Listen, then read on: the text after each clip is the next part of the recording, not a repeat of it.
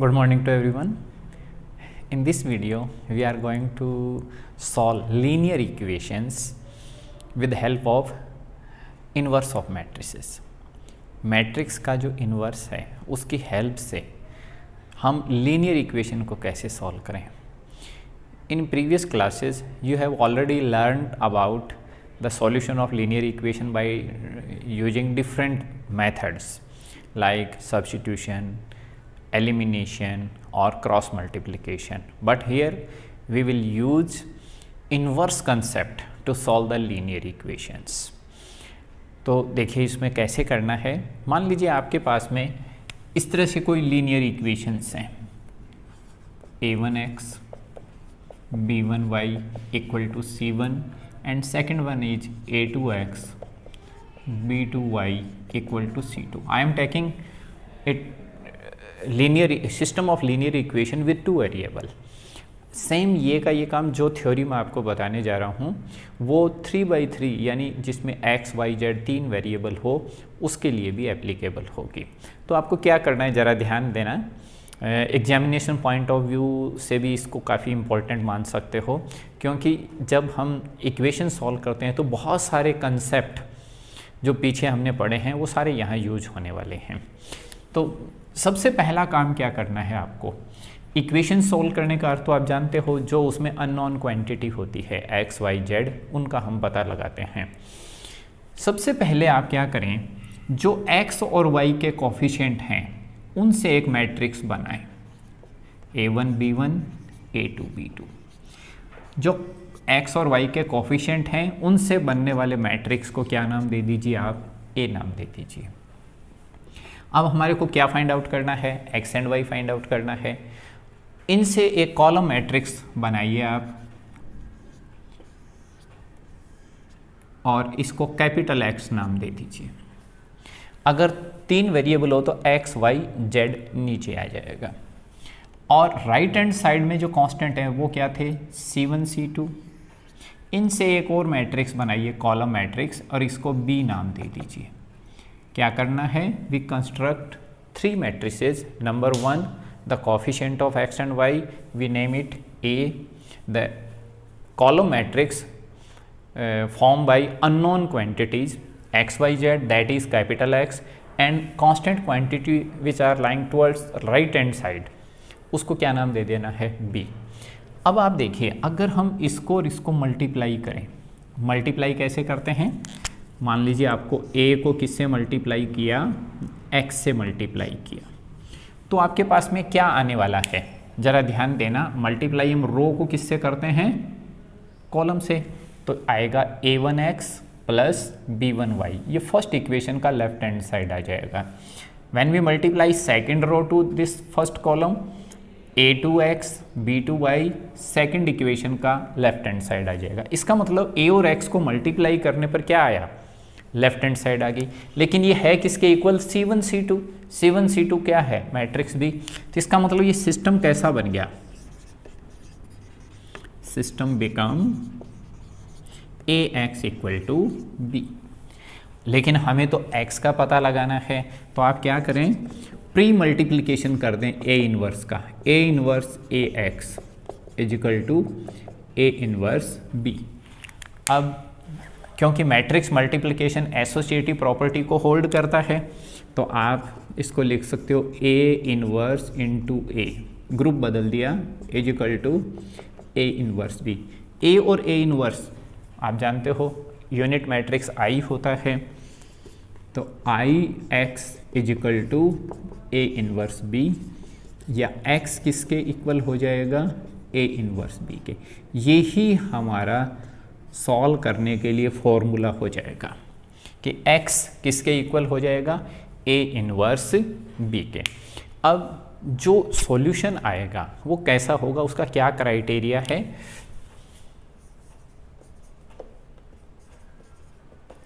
Criterion of solution.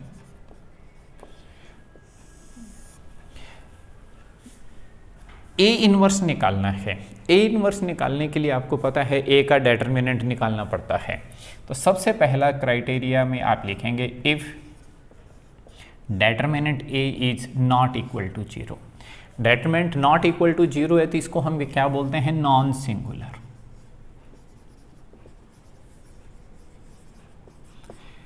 अगर इसकी value आए 0 तो इसको सिंगुलर कहा जाता है, नहीं तो non singular.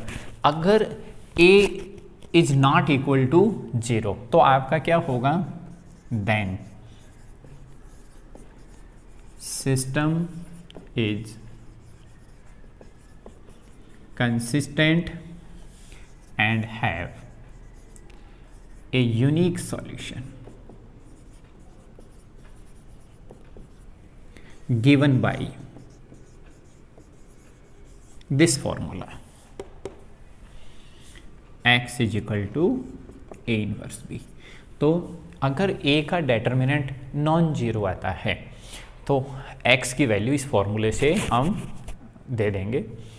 Second condition, if a equal to 0, equal to 0 का मतलब ये कैसा मैट्रिक्स है, सिंगुलर।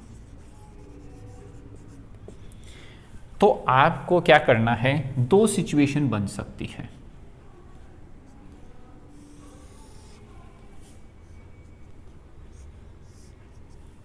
दो सिचुएशन क्या बनेगी, आइदर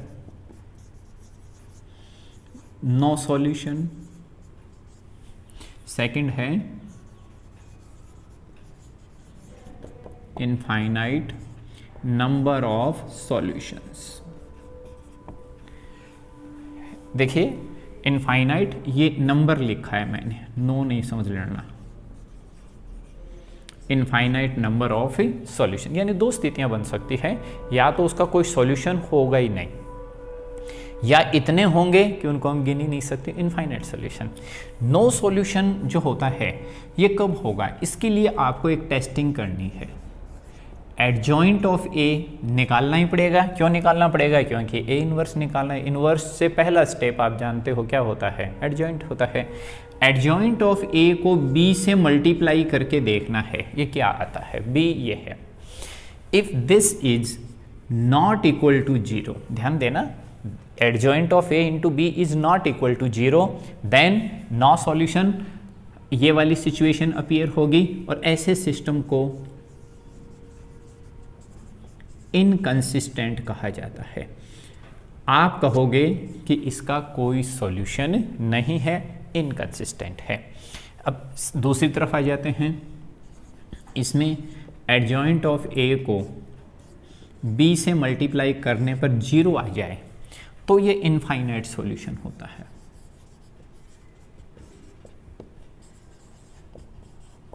इनफाइनाइट सॉल्यूशन को इस श्रेणी में भी रख सकते हैं, कंसिस्टेंट। वैसे इनफाइनाइट सॉल्यूशन का जो सिस्टम बनता है, ऐसे सिस्टम को डिपेंडेंट सिस्टम कहा जाता है। सिस्टम क्या कहलाएगा, डिपेंडेंट, और सॉल्यूशन जो है वो कंसिस्ट करेगा, इनफाइनाइट होंगे। इसके लिए करना क्या है, फॉर दिस टेक x और y और z, किसी एक चीज को आपको k ले लेना है और बाकी वैल्यू इस k के ऊपर डिपेंड करेगी। तो तीन तरह के सॉल्यूशन मैंने आपको बताए हैं। कौन कौन से, सबसे पहला क्या था, यूनिक सॉल्यूशन। दूसरा क्या है, no solution, inconsistent. And third one is infinite number of solution. हर तरह के अपन क्वेश्चन करेंगे तो इन सब की थ्योरी के बारे में एक बार मैं बीच बीच में आपको बताता रहूँगा। एक तरह का सिस्टम और होता है जिसको कि होमोजीनियस सिस्टम कहा जाता है।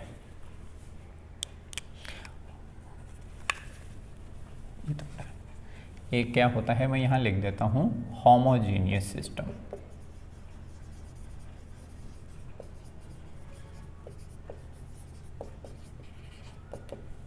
होमोजीनियस सिस्टम में कुछ नहीं है, बस राइट हैंड साइड जो है वो 0 होती है। तो आपका मैट्रिक्स B जो है, यहां मैं थोड़ा चेंज कर देता हूं, इसको B की बजाय O कह दीजिए, क्योंकि ये क्या है, 0 0 है। अब होमोजीनियस सिस्टम जो होता है वो आपका, ये तो AX इक्वल टू B था। होमोजीनियस सिस्टम जो होता है वो AX इक्वल टू O होता है। राइट हैंड साइड 0 होनी चाहिए, जो प्योरली कांस्टेंट क्वांटिटी है ये कोफिशिएंट अगर जीरो होंगे तो एक्स और वाई रिमूव हो जाएंगे, राइट हैंड साइड जो है वो जीरो होना चाहिए। अब होमोजीनियस सिस्टम में आपको क्या करना है, पहली condition, if A determinant A is not equal to 0, then x, y and z all are equal to 0। Direct answer आ जाएगा कि अगर A 0 नहीं है तो ऐसे इक्वेशंस का x, y और z सारे के सारे क्या होते हैं, 0। इस तरह के सॉल्यूशन को ट्राइवियल सॉल्यूशन कहा जाता है। ट्राइवियल का वैसे मीनिंग होता है ज़्यादा महत्वपूर्ण नहीं है, वो नगण्य या यूँ कह सकते हो जिसकी ज़्यादा इंपॉर्टेंस ना हो, ट्राइवियल का अर्थ ये होता है। तो एक्स वाई जेड तीनों के तीनों किसके इक्वल होंगे, जीरो के इक्वल होंगे, when A is not equal to zero. Second condition, if A equal to zero then system have a non-trivial solution. ऐसे सिस्टम का कैसा सॉल्यूशन होता है, नॉन ट्राइवियल सॉल्यूशन होता है। और नॉन ट्राइवियल सॉल्यूशन के लिए आपको फिर वही काम करना है, for this we take x और y और z इक्वल टू k। ऐसी स्थिति में या तो x को लगभग ऐसा ही काम कर लेते हैं, या तो x को या y को या z को हम क्या करते हैं, k ले लेते हैं। तो इक्वेशन को सॉल्व करने के लिए मैंने जो आपको बातें बताई है, इसके अंदर 5 तरह की स्थितियां बन जाती है, unique solution, no solution, infinite solution, trivial solution and non trivial. सबका एक एक एग्जाम्पल लेकर के हम करने का प्रयास करते हैं। देखिए क्वेश्चन कुछ मैं आपको करके बताता हूँ।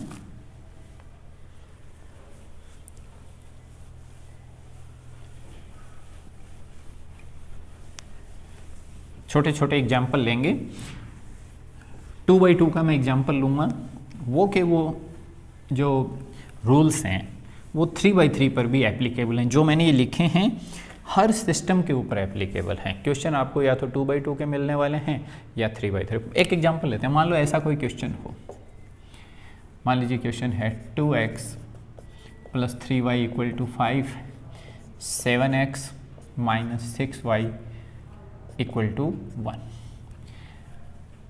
सबसे पहली बात तो ये होमोजीनियस नहीं है क्योंकि राइट हैंड साइड इसकी क्या है, 5 और 1 है। सबसे पहले जो है आप क्या करेंगे, एक मैट्रिक्स A ढूंढेंगे which is obtained from the coefficient 2, 3, 7 - 6।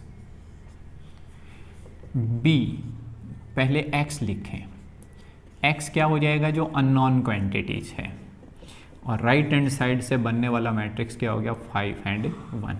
तो आपको क्या लिखना है, so system become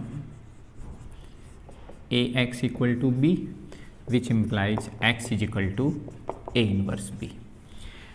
a inverse b, सबसे पहले a का डेटर्मिनेंट निकालेंगे। a का डेटर्मिनेंट इसको इससे मल्टीप्लाई करेंगे, -12 - 21 माइनस के 33 आया which is not equal to 0। आप देखिए ये सिचुएशन आ गई है, नॉट इक्वल टू 0, तो ये लाइनें लिखनी है आपको। तो आप क्या लिखेंगे, सो system is consistent and have unique solution.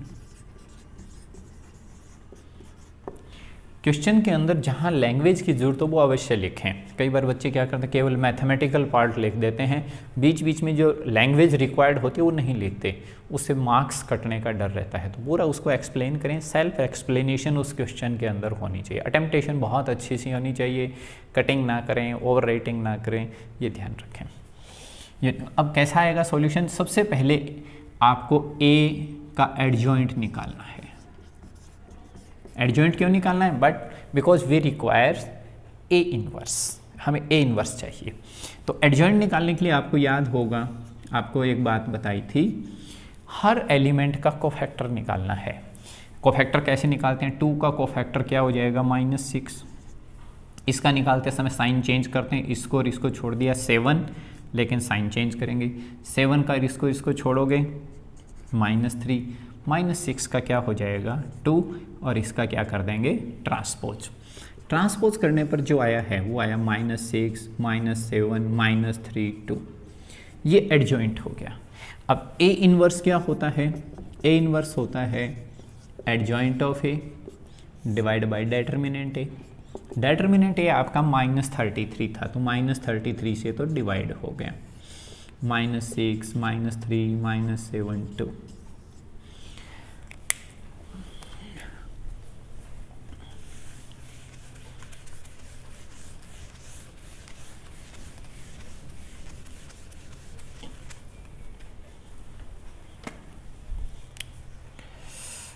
Now x जो था that was A inverse B.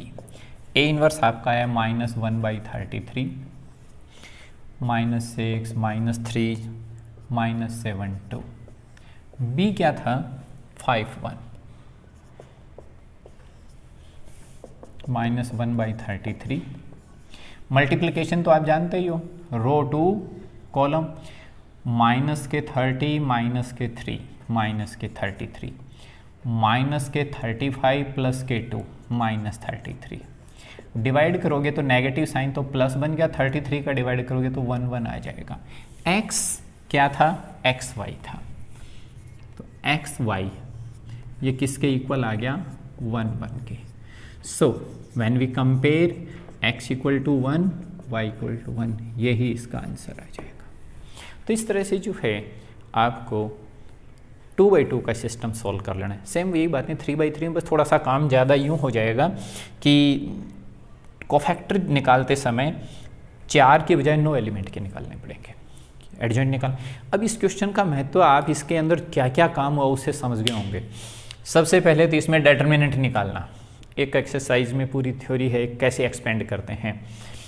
Transpose करना आ गया, कोफैक्टर निकालना आ गया, इन्वर्स निकालना आ गया, एडजॉइंट निकालना आ गया, और इन सब के हेल्प से लास्ट में हमने इक्वेशन भी सॉल्व किया। तो यानी एक ही क्वेश्चन के अंदर बहुत सारी जानकारी पेपर बनाने वाला आपसे पूछ लेता है, इसलिए ये एग्जामिनेशन पॉइंट ऑफ व्यू से इसका महत्व आप अधिक मान के चलें। ये यूनिक सॉल्यूशन हुआ। अब एक ऐसा करते हैं जिसमें कोई सॉल्यूशन ना बनता हो।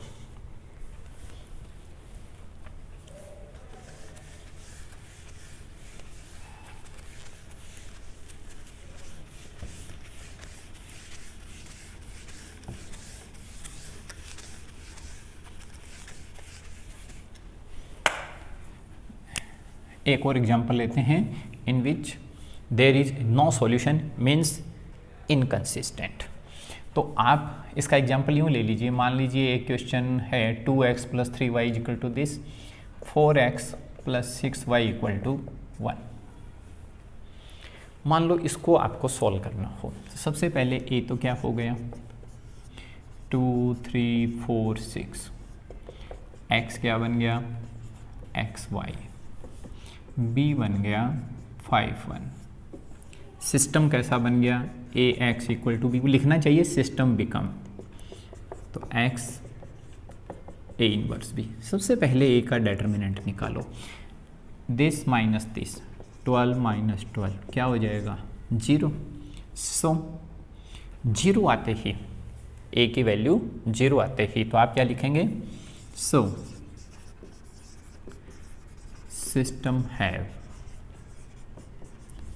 either no solution or infinite number of solution। कौन सा है? इसके लिए आपको क्या करना पड़ेगा, एडजॉइंट ऑफ ए निकालना है। एडजॉइंट निकालोगे, अभी निकाला भी था, ये दूसरा ले लिया इक्वेशन। 2 का कोफैक्टर 6, 3 का -4, -3 एंड 2 एंड वी ट्रांसपोज इट। कोफैक्टर निकालना बार बार नहीं बताया जा रहा आपको, कई बार हो चुका है। अब आपको टेस्ट क्या करना है, एडजॉइंट ऑफ ए को b से मल्टीप्लाई करना है। एडजॉइंट ऑफ 6 -3 -4 2, इसको b से 5 1 मल्टीप्लाई करोगे, देखो 30 माइनस 3 27, माइनस के 20 प्लस के 2 माइनस के 18। देखिए ये नॉट इक्वल टू 0 आया है, ये वाली सिचुएशन आ गई है। तो आप लिखेंगे क्या, so system is inconsistent and have no solution, कोई सॉल्यूशन नहीं होगा, आपका ये आंसर हो जाएगा। अब इसी के अंदर मान लीजिए आपको इनफाइनाइट सॉल्यूशन निकालना पड़ जाए, क्योंकि इनफाइनाइट सॉल्यूशन का केस कैसा बनेगा, इनफाइनाइट सॉल्यूशन के लिए इन्हीं इक्वेशन को मैं चेंज कर देता हूँ थोड़ा सा। मान लीजिए मैंने यहाँ पर 10 लिख दिया है, क्वेश्चन थोड़ा सा चेंज करना है, 10 लिख दिया है तो यहाँ 10 आ जाएगा, 10 आ जाएगा, बाकी काम सारा ठीक ठाक चलता रहेगा। जब आप मल्टीप्लाई करोगे तो यहाँ 5 और यहाँ पर क्या आएगा 10, आपको अलग से करके देख लेना है, मैंने तो थोड़ा सा समय बचाने के लिए ऐसा किया है। अब आप क्या करेंगे, इनको मल्टीप्लाई करके देखेंगे, सेम क्वेश्चन बन जाएगा।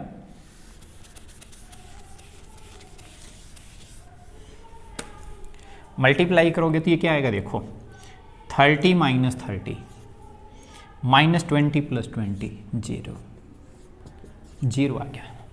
एडजॉइंट ऑफ ए इंटू 0 आ जाए तो आप लिखोगे सो सिस्टम हैव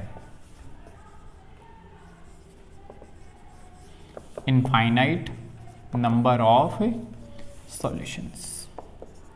अब इनफाइनाइट सॉल्यूशन के लिए क्या करना है, कुछ नहीं करना, बस इसको नंबर 1 इसको 2 कह दीजिए। फॉर दिस टेकिंग किसी एक चीज़ को k ले लीजिए, x, y या z तो है ही नहीं इसमें, x को आप k ले लीजिए। When we put x equal to k तो 2k plus 3y equal to 5, 3y 5 minus 2k, तो y क्या हो जाएगा 5 माइनस 2k डिवाइडेड बाई 3। तो आपका आंसर क्या हो जाएगा इनफाइनाइट सॉल्यूशन के लिए, इनफाइनाइट सॉल्यूशन के लिए आपका आंसर हो जाएगा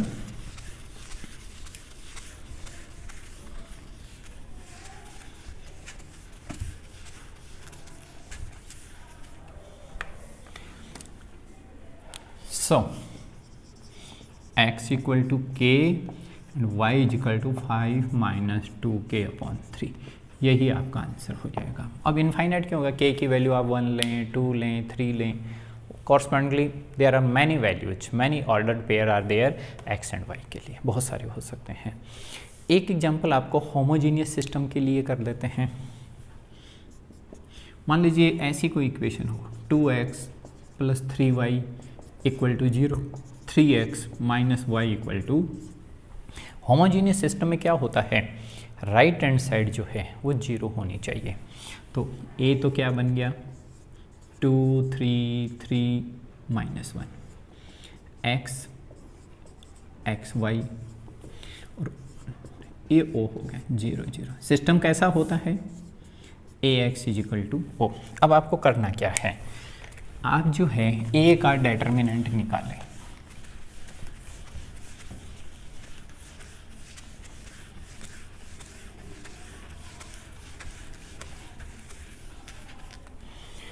a का डेटर्मिनेंट क्या आ जाएगा,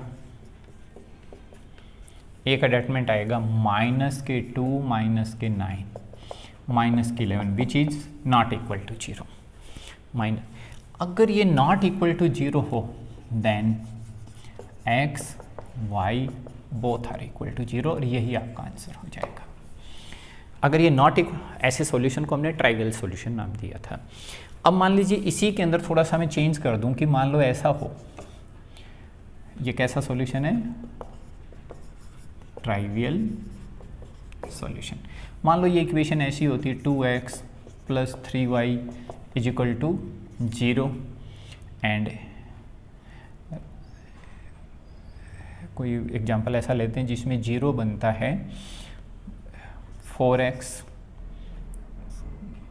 plus 6y is equal to 0। मान लो ये सिचुएशन बन गई है, तो इसका डेटर्मिनेंट निकालोगे, डेटर्मिनेंट मैट्रिक्स A क्या बनेगा 2 3 4 6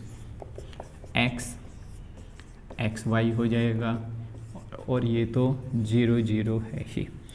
तो सिस्टम बन गया ए एक्स इजिकल टू ओ। ए की वैल्यू निकालोगे तो ये 12 माइनस 12 कितना आ गया 0। 0 के इक्वल नहीं आता तो एक्स वाई जेड 0 होते। अगर 0 के इक्वल आया है तो आपको क्या करना है, किसी एक इक्वेशन में के ले लेना है, टेकिंग x इक्वल टू के। ये कैसा सॉल्यूशन होगा, नॉन ट्राइवियल।